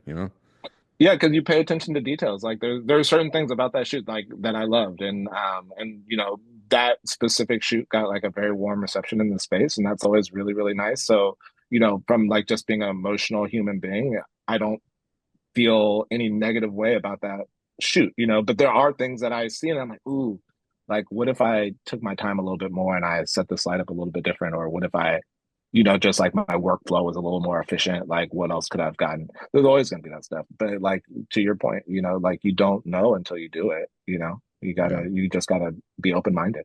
Yeah, no, it was great. And you did another cool series of photos this summer. I believe the race is called Unbound and it's in Kansas. Yeah, It looked wild. I remember texting you about it back in the summer because there's like yeah. helicopters and shit. Oh I'm my like, are you God. guys like on a movie set or some shit? But like what is Unbound and like what was your experience photographing that race? Was that your first time shooting it this summer or had you been there before? No, so this photo here on my other shoulder is from Unbound last year, I want to say. But yeah, it's a race that I tried to make sure that I can shoot. It is the biggest gravel race. Though at the time it was the biggest gravel race in the world. I don't know if I can actually say that it's the biggest gravel race in the world anymore, even though it's probably still true. But it has the biggest like it's the biggest stage. It's the gravel race that made everybody love gravel racing at a competitive level. And it is just like one of those ones. But yeah, so I've shot it every year for the last, I think this is the fourth one in a row, I think, Wow. third or fourth. And it is just epic. I probably shouldn't say this, but I'm already down the road on it. I highly suggest that if you like photography and you want to do something, it's not crazy, but it's like when you realize you're out there for 14 hours just Hmm. shooting. And for me, the longer I shoot, the better work I get, because if it is just something I love to do. I get warmed up. I start getting creative. You get like your standard stuff. You get stuff like this. Like there's just so many moments that are going to present themselves. So that is Lachlan Morton, and Lachlan, after many failed attempts and many close attempts, had never won this race. But he's wearing an EF kit, and EF is a world tour team. They're racing in the Tour de France and the Vuelta and all of that, and he raced on that team on the road for many, many years, and he was always a role player. He came over into the gravel scene, and I mean, he's done very well. But it's funny enough, like a world tour racer um, had never won that race, and Wow. so I think he's the first world tour racer to win it. Is this it's a I'm pretty sure. a 1 day race? One day, 200 miles on gravel in the Flint Hills of Emporia, Kansas. So this thing I was wondering, so like when you're photographing a race like this, like how do you photograph it? Because your subject's moving. So it's like, so Yeah. it's basically you gotta like shoot a bunch and then like what, hop in a car, drive up the road a little bit more, try to get some more shots, and like it's almost like shooting a pro golf tournaments like this. Like if you're trying to, you have to like shoot, Yeah. run up the fairway, hope you get set up in the right spot to get a nice shot. Is that kind of how you Mhm. approach it? Like, Same philosophy, just in a car. So, and it's crazy because this is, I mean, you see the helicopter that's almost looks like it's touching the road there, but like, uh, you have the course, and you just if you imagine the course of the circle, yep.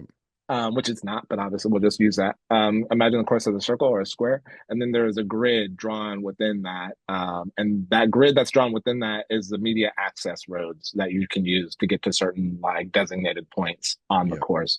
So for the most part, the media stays on the inside of the course, and they can just kind of zoom around as much as you want because the 200-mile day for the pros is coming in. I think they're breaking 10 hours now.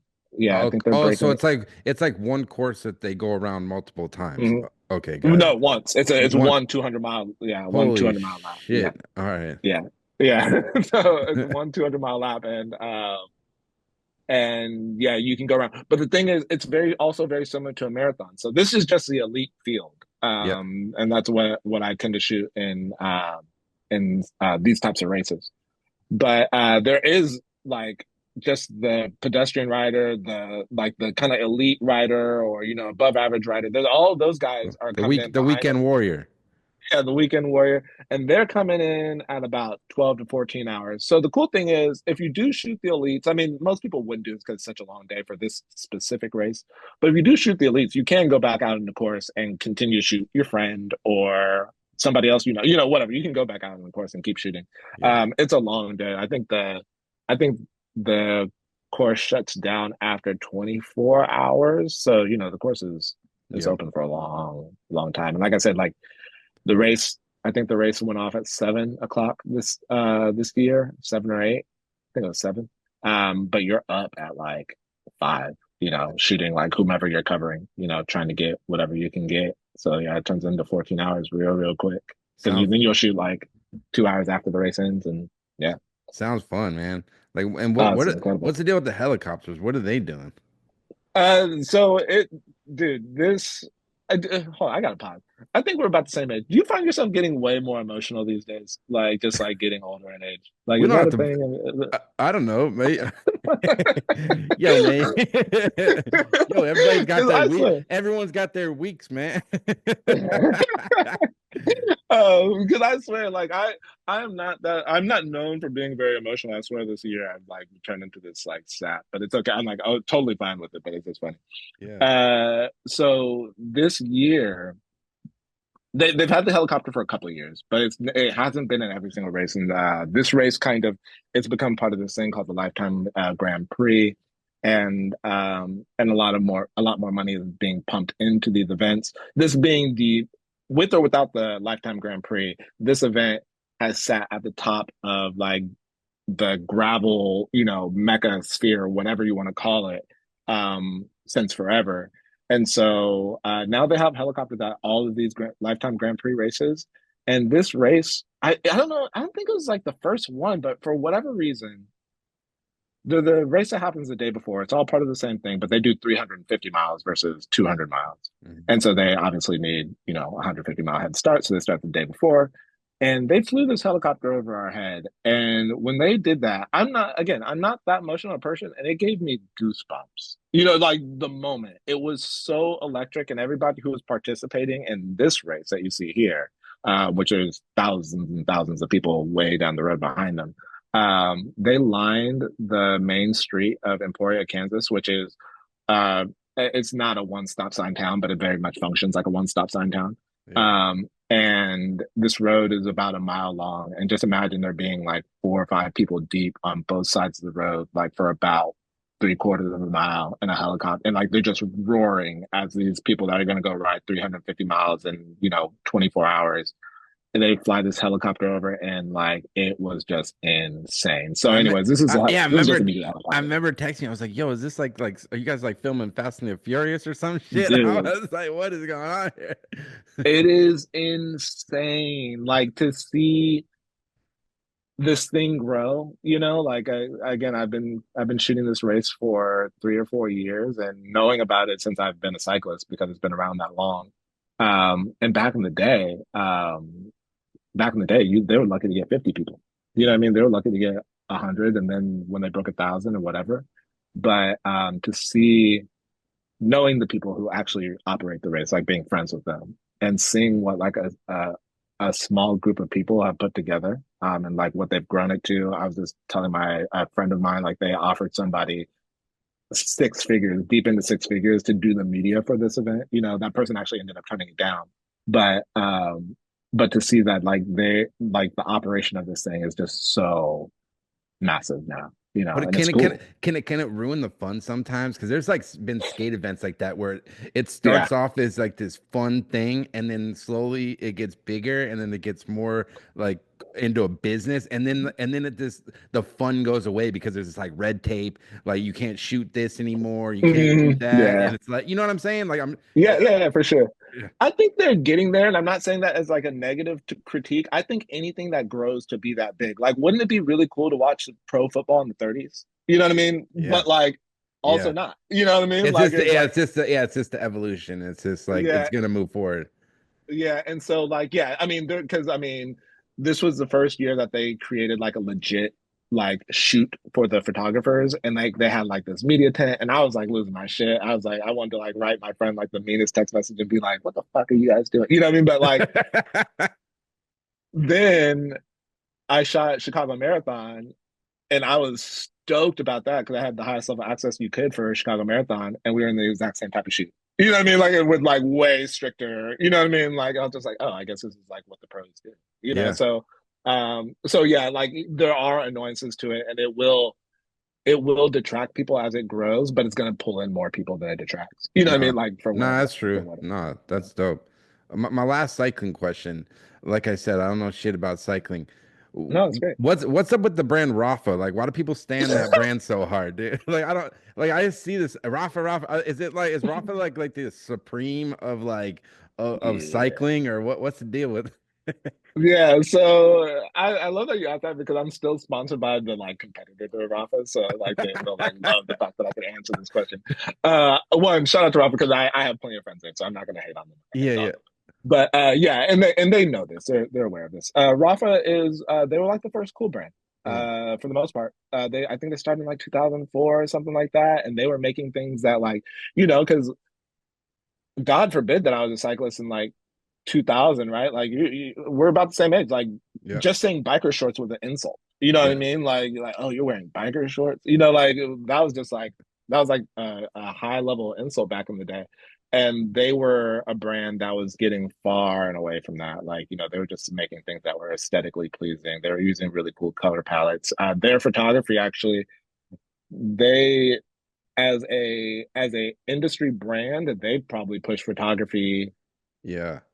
harder than Well, yeah, anybody that's that what it I is. can think of. Yeah, because I know like a lot of photographers who are not even cyclists, not into cycling, but they're like, "Yo, I want to Mm. shoot for Rafa." Like they're like, Yeah, and like I don't really know yeah, shit about. That's why I asked about it because it's yeah, like this yeah. thing. Yeah, But they're like the Nike though, so they're easy to hate. You know what I mean? yeah. Like they're super to hate, and they got bought by Walmart. You know what I mean? Like Oh, all really? sorts of stuff. Yeah, yeah. Yeah. So and the Walmart family are legit cyclists. Like they built a whole city into a cycling like mecca itself in Arkansas. So like they're legit. But it still makes it easy to hate, right? Like Yeah, it's like the team that has like all the star players. It's just yeah, like yeah. one of those Fuck them, things. But dude. exactly. Fuck them. So, I'm but just no, kidding. no, I Yo, shout out no, no, Rafa, I good photographer. I'm shout, just, shout out to Rafa, shout out to all the people I know there. You guys are yeah, wonderful. yeah, They yeah, always show me love, yeah, yeah, so yeah. And I'm then just fucking around. no, yeah, I'm just joking. But you've been doing some cool work with Timberland Boots, and the clothing company. Like, how do you kind of start working with them? Like, how's that kind of experience been? That was a one-time thing, but I hope that it's not. That was a huge watershed moment for me. I was actually finishing a race in Chicago. It's just what it's called. It's called at the time it's called Intelligentsia Cup. But I got a call as that race was finishing by a guy that I talked to, kind of like you and I, as a matter of fact. And I didn't even know what he did. I don't even, I think I knew he used to work at Adidas, but like didn't even really Put it together. pose the question like, yeah, Yeah. what you do or whatever. And he messaged me and he was like, hey man, he was like, um, sorry this is so last minute, which was 4 weeks. And like I said, cycling can be way more run and gun than that. And it was like 4 weeks out, and he was like, "Hey man, sorry it's so last minute, but you want to shoot a campaign for Timberland?" And I was Like, like, "Is that a trick question?" like fuck Like, yeah. what, are you kidding me? And I'm not going to put all the business out there, but it was a 5 digit, thing. Like he was like, "Sorry, we don't got time to negotiate." I was like, 5 digits, Yeah. what? Like, what are Yo, we talking about? rent paid for the next quarter.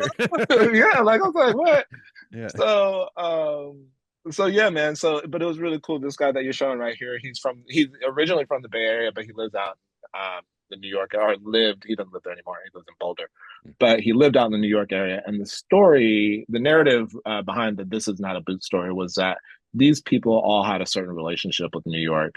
This one so happened to be New York State, so that one was out in the Gunks, which is the Gunks is a part of a state park that I forget the name of the state park itself, but he would go out to the Gunks to like clear his mind, and then there was another person that was a welder, and he actually I don't oh man, I don't know why I'm forgetting his name, but that's okay. He built like woodwork and stuff. Like Oh shit. he yeah, Gary like Gary Ream?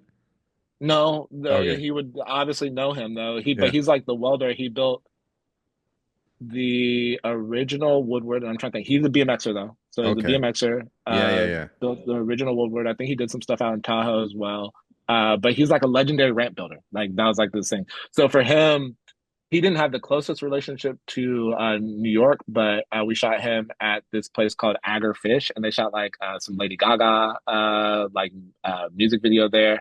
I think they shot like a Balenciaga campaign there. It's like this epic warehouse in the Naval Yard in Brooklyn, and then we shot this other lady. That was one of the that was like the production assistant on Okay, the got shoot. it. He's actually like a brand manager, as a matter of fact. Um, but yeah, really messed up. Actually, if you're looking for the welder, he might not be in this. It's okay. But anyway, yeah.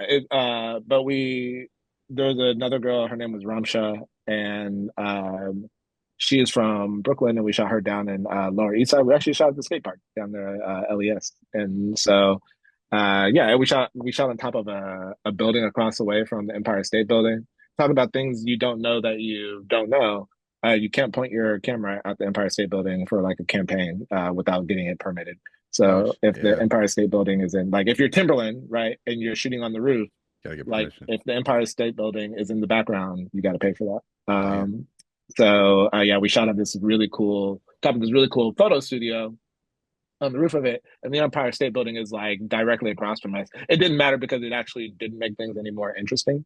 Um, so we were easily able to work around it. But yeah, I was shot on the roof of a building in New York. And again, I'm a guy who, doesn't have like I didn't have like some bright path ahead of me that's saying like eventually one day I'm going to be on the roof in New York shooting photography for Timberland. Like Yeah, but my you keep showing up day after day and making work, man. And that's like the main thing, at least I would say. Not to preach or whatever, but it's just like keep showing up making shit and you never like this job's crazy, man. The shit you get to do, like sometimes it's wild. Yeah. Yeah, no, but it's very humbling, because it's like you just got to put the work in. And that statement feels reductive to me. I know it sounds reductive, but sometimes it takes a long time. You know what I Yeah. mean? But when you're actually doing it, it doesn't really feel like it. When you get to a certain milestone or whatever, it doesn't really feel like a long time. Hmm. But when you look ahead, I mean, 9 years is 9 years, or whatever. Even 4 years is a long time, depending on what you're looking at. But also on the other side, it's not that long. So. Yeah, you wrote something on Instagram. I think people probably resonate with is you kind of for a certain time you kind of lost sight of knowing like what you wanted to do professionally.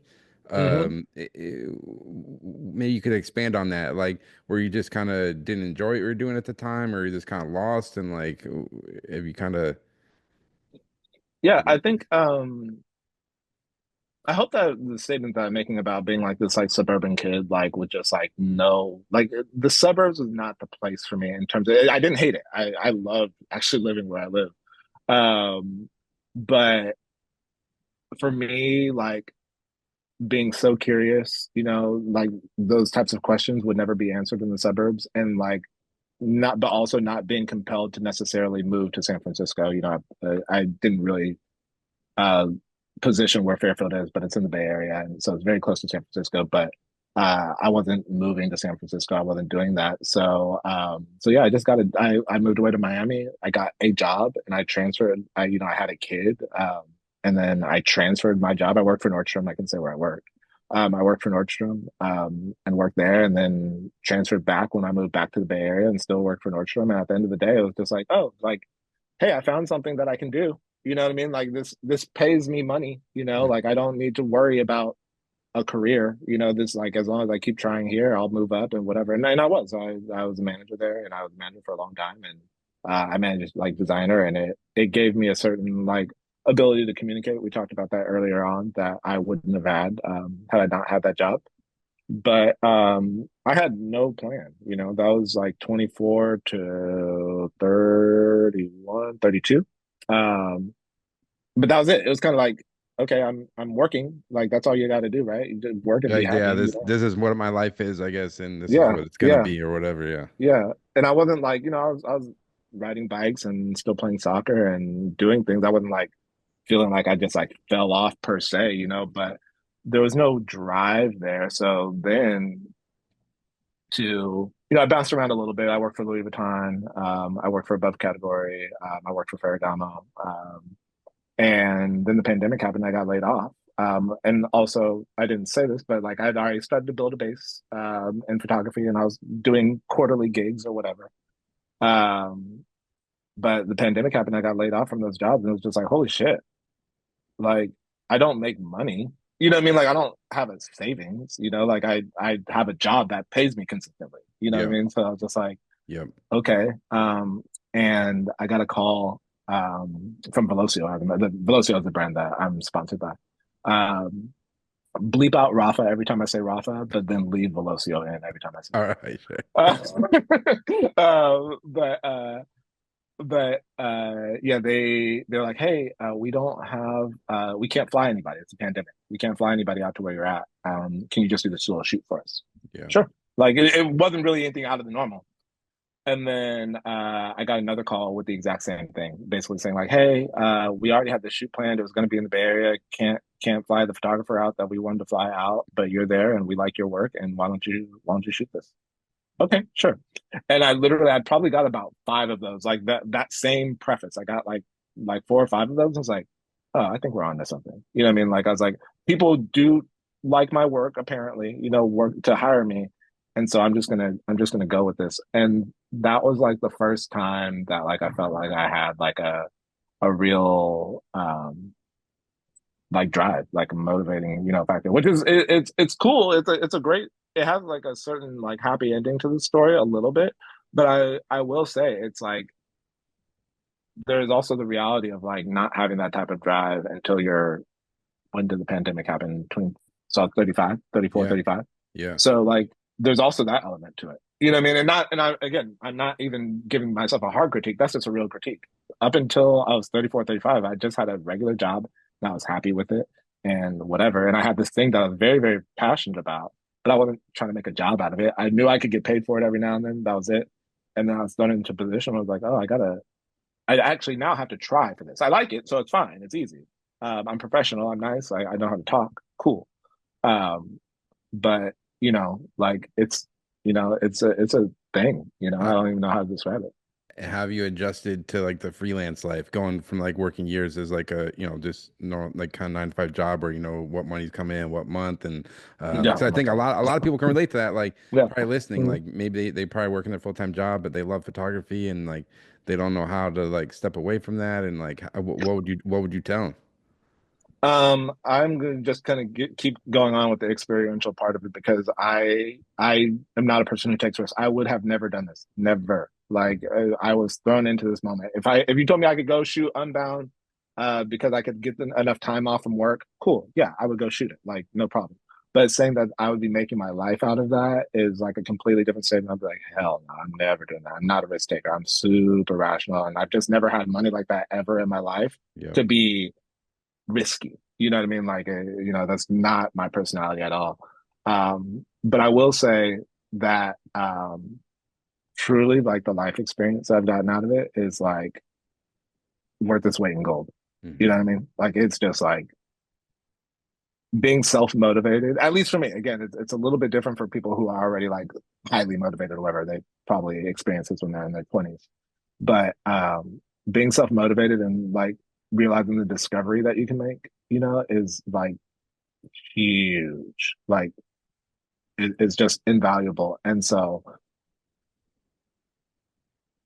you do need thick skin. You do need, I don't know you need to be emotionally stable. Yeah, Like, it's a lot of like, it's a lot of rejection. It's a lot of people not responding to emails and all that shit. So it's like yeah. you got And yeah. you got to get out of your own head about your work in terms of like, again, I never want to come off like being pompous or anything. I do think my work is strong in the technical sense. Like I think my work can stand up against other people's work who are also considered very good photographers. Mhm. But I don't think that that's the only thing that's worth hiring me for. You know what I mean? Like in terms of like the one of the most common things that I know you've had to have heard this over your years, but like the one common thing is like, oh, how is so and so getting that job? Their work's not even that good. It doesn't matter. It doesn't fucking matter. They know what they're doing. You know what I mean? They know how to communicate. They Well, know how to and they get a probably job. did the work to get that job. Exactly, Yeah. exactly. And so Yeah. like getting out of your own head about like, oh, how come they're doing? No, what are you doing? You know what I mean? Mhm. Like what? Like it's that is the question you have to answer every single day. And to be honest, I forget to ask myself that question sometimes too. You know what I Mhm. mean? But like when I'm trying to get jobs, it's like, well, what did I do this week? What did I do today? Like who did I reach out to? Like, like if I'm not necessarily, I'm not complaining about why did somebody else get a job, but I am like, well, where are the emails at? Where's the phone call at? Like where's the DM? Oh Like, yeah, but dude. what did I do? And Like in almost 20 years of doing this, that never ends. It's it like never. no, I don't expect it it's like to. man, like this month been kind of slow. I'm like, damn, is anyone ever gonna email me again for a job? Right. But it's still like I say, you gotta keep showing up because even you had another post on your Instagram, which I'll post it and people can go follow your Instagram and but you mentioned like talking to a photo editor, I think maybe like a month or so ago, and they were telling Hmm. you how you need to get better about like sharing your work, or like, but you said you kind of felt like a little insecure about like asking opinions from other people outside of your like small circle or Hmm. whatever. Like, what do you kind of Yeah. mean by that? Like, you're just kind of insecure about like reaching out to people, or just kind of knowing who to reach out to, kind of a little bit maybe. Dude, photography is such a like for me again, for me, I'll go back again a little bit. We'll have to do a different podcast on this, but like street photography unlocked this thing that I call like closing the loop, which was like this very big set of things about my personality that I felt like I needed to address, but I had no way of like getting there. And photography was like one of those was like the vehicle that was actually able like allowed me to answer these questions about myself. And I'm not talking about taking photos. I'm talking about like how come how come I have an idea in my head and I can see the idea, but I'm not going to make the photo even though I know how to make the photo. And street photography will do that to you because you're dealing with strangers and you're not trying to be invasive and all that stuff. Um, and so when it comes to like putting my work out there, it's because photography is my thing. Hmm. And I mean that wholeheartedly. Some people are really good at photography and some people are very successful photographers. And I don't necessarily think that you can just attribute that to the photography being their thing. They're just proficient at the task. Hmm. Photography is my entire like vessel for communication at this point, Yeah. and it always has been. I just didn't know it.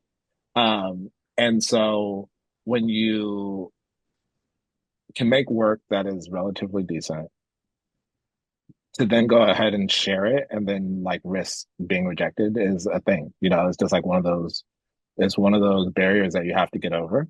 And when you're talking about the editor I was speaking with, it was one of those things where I was just happy with cycling saying like, "Hey, we love your photography."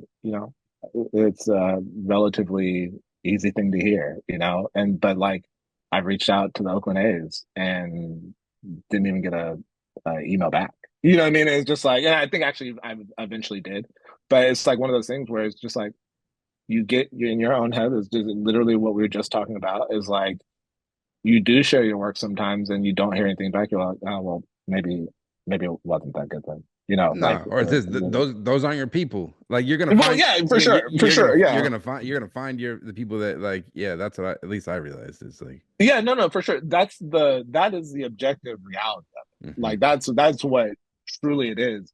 But like we all know we're human beings, and so that's how sometimes you receive it, and like that can be deflating. Like quite often, sometimes it's like you share your work with somebody, you share work with one space, and they love it, and you share your work with another space, and like, it's cool. yeah. And there's nothing wrong with them saying it that way. There's, it's not their And fault, but And also, it's just like delusional to think that everyone's gonna like your work. Because nor do I right, like right. everyone else's work. I don't like every musician. I don't Hmm. like every restaurant, whatever. Yeah, It's yeah, like everyone yeah. has their taste. So it's like the idea that everyone's gonna love your shit is just like crazy, you know? Yeah, yeah, Yeah. yeah. But it has a real effect on you. When you hear it, when you receive it, when Oh, for sure. And I mean, and I appreciate hearing that from you because like like I said, like I keep talking about your Instagram, but I really appreciate it because you kind of put yourself out there and knowing that yeah, you even feel insecure sometimes. 'Cause I'm like, this guy like this guy just puts it out there, man. He don't give a fuck. Like that's how it comes across sometimes. So I'm like, oh Yeah. damn, man, he's human too.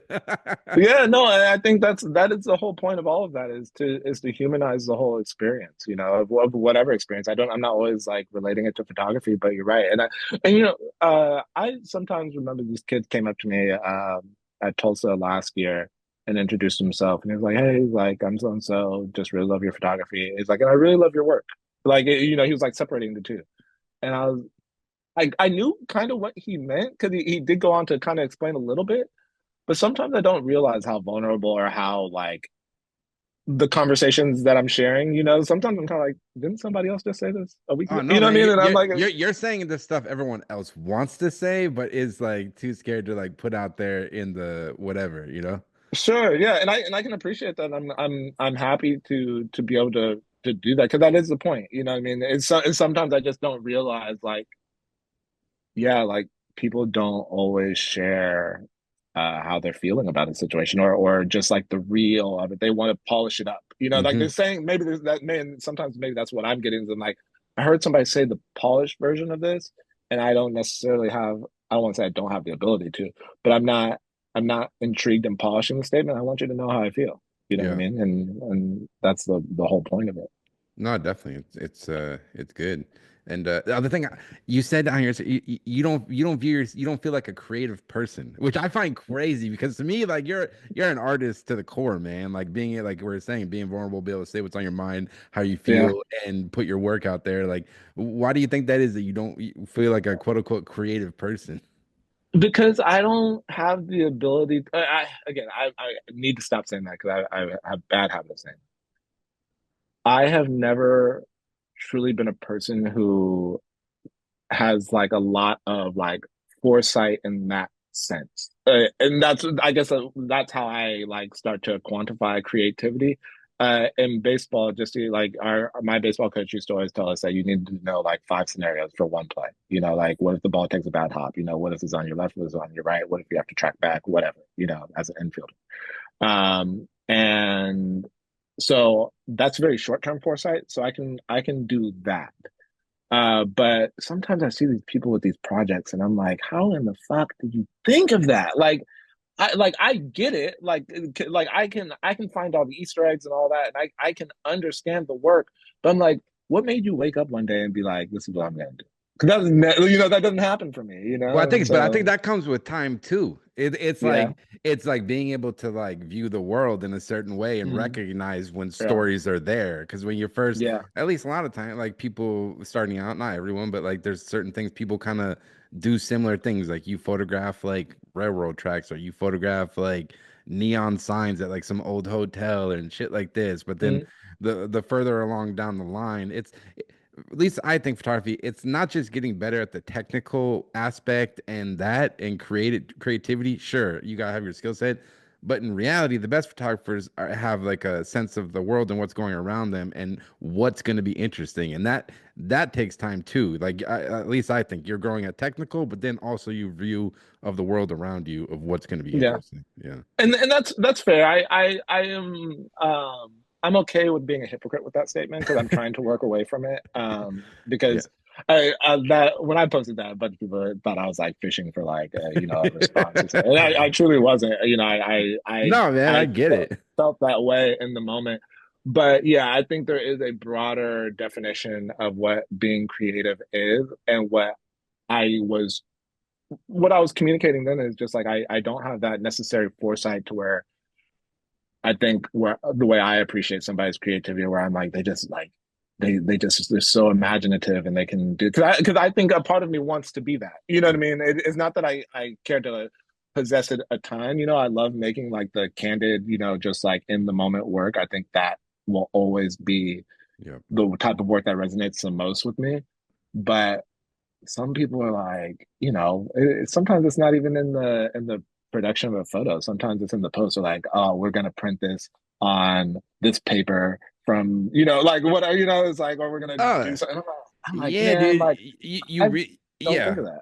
Yeah, or it's like certain people's work. You're like David LaChapelle, or like what's that one like Yeah, roof and a Fanador. I'm like, bro, like how do you like what? Like how do you like even do this? Like how do you even logistically do this? Because like I I was don't. looking at David LaChapelle's work earlier this year because he's a name that like he's like iconic, but you don't necessarily his name thrown around all the time per se. In certain spaces, you do. He's an icon, but like I was just looking at his work recently, and I was just like, yeah, man, like I'm never gonna, like It's, I don't know how I'm ever gonna get there, And it's not because like technically he's so great. I mean, he is, but yeah. like it's not that. It's just the work is just Well, good.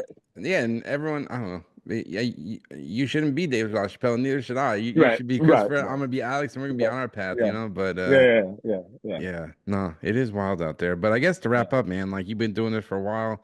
What kind of keeps you inspired about photography and anything you're kind of hoping to, any goals for the future, I guess? Yeah, man. Once again, thank you for having me on the show. It's been a great conversation. But yeah, so future, is really just like I'm shooting marathons right now. Doing doing a bit of that, trying to branch out.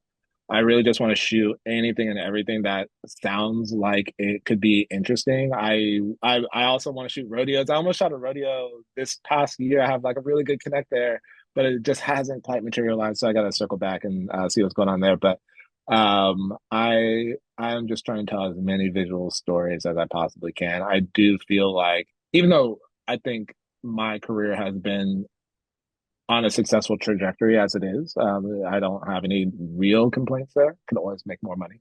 Um, but uh, but I feel like this year, because of like the things that I've learned, and knowing the holes that I've missed, like the oversights that I've had, that I can like have like a really fun year. Because I think doing new things in photography is just always the way. Like it's just like keep doing new things, keep creating opportunities. And so yeah, that's what excites me. Like I said, I have the technical skill to operate a camera, so I'm not worried about that. I just want to like do cool stuff with it at this point. Oh yeah, man. Well, Christopher, real pleasure, man. Glad appreciate you taking time to do this, dude. And, look forward to seeing what you do next, man. Yeah, man. Like I said, I know you weren't recording, so I'm gonna make sure I say this while you're recording. Like you have people like legends on here. People like you have Matt Day on here, Joe Pugliese, like people that I actually like really admire, and I don't admire a ton of people. You yourself, because I've been listening to your podcast. How long has your podcast been on? 7 years.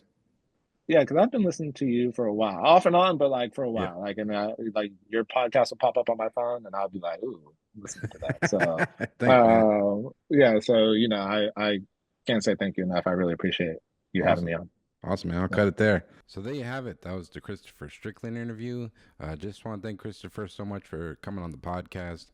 It was a real pleasure talking to him about his photography and cycling and kind of getting to learn a bit about the cycling community and how he approaches photographing that.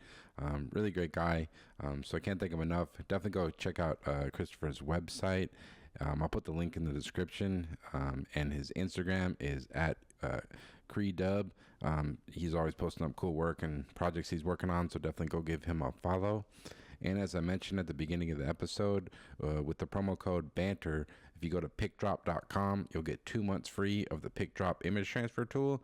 So definitely go give that a try and let me know what you think. And as you guys know, I've been putting the video episodes on YouTube. So if you want to go watch the video episodes, I put them up every week. Definitely just go hit the subscribe button, and that'd be much appreciated. And as always, thanks so much for listening, and take care.